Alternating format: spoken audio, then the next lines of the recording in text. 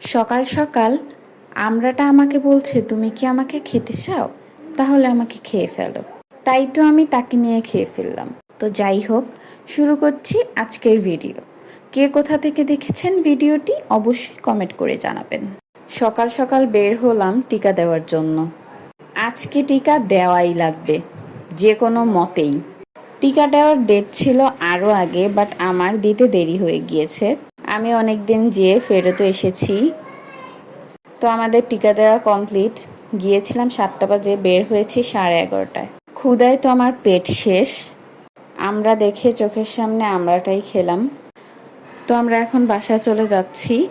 আপনাদের ভাইয়া যেহেতু বেশ অসুস্থ ছিল, তো আজকে যেহেতু বের হওয়া হবে, ভাবলাম যে একটা ভিডিও করা যাক। অনেক দিন যাবৎ সব আগের ভিডিওগুলোই দিচ্ছিলাম।